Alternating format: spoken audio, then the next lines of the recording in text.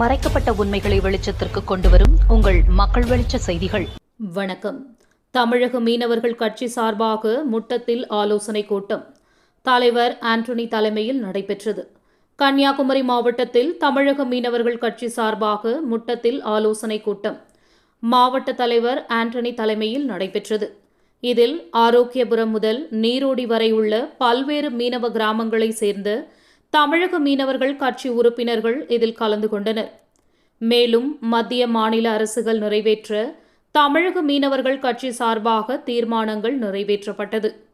ஆழ்கடலில் இயற்கை எரிவாயு திட்டம், கடலில் காற்றாலை திட்டம், கப்பல் விபத்தால் கடலும் நிலமும் அழிவு, கடலுக்குள் கனிம மணல் அகழ்வு, குமரி மாவட்டத்தில் அணு கனிம சுரங்கம் அமைக்கும் திட்டம், இயற்கையை அழிக்கும் மீனவர்களின் வாழ்வாதாரத்தை பாதிக்கும் அழிவு திட்டத்தை கைவிட கேட்டு தீர்மானங்கள் நிறைவேற்றப்பட்டது.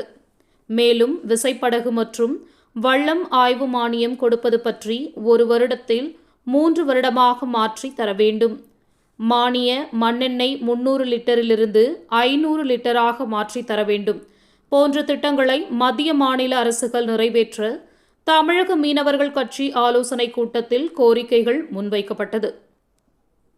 செய்திகளுக்காக கன்னியாகுமரி மாவட்ட செய்தியாளர் நாராயணகுமார். நன்றி. எத்தனை மீனவ மக்கள் பாதிக்கப்படுவாங்க, இதை எல்லாத்தையும் முன்னெடுத்துட்டு இது சென்ட்ரல் கவர்மெண்ட் கொண்டு வந்திருக்கு. 10 சுத்து முடிச்சாச்சு. இது மாநில அரசும் உடந்தையாக இருந்து வழி நடத்திட்டு இருக்கு. நமக்கு எந்த அளவில் நமக்கு போராடி ஜெயிக்க முடியுமோ, நம்ம மக்களை மீட்டெடுத்து கொண்டு வர முடியுமோ, எல்லாரும் ஒற்றுமையோட பாடுபட்டால் நம்ம வருங்காலத்தில் வந்து நமக்கு ஒரு வெற்றியை காண முடியும். இது என்னுடைய கருத்து. இதில் மற்ற கருத்துக்கள் இருந்தாலும் தெரிவிக்கப்படுத்தலாம்.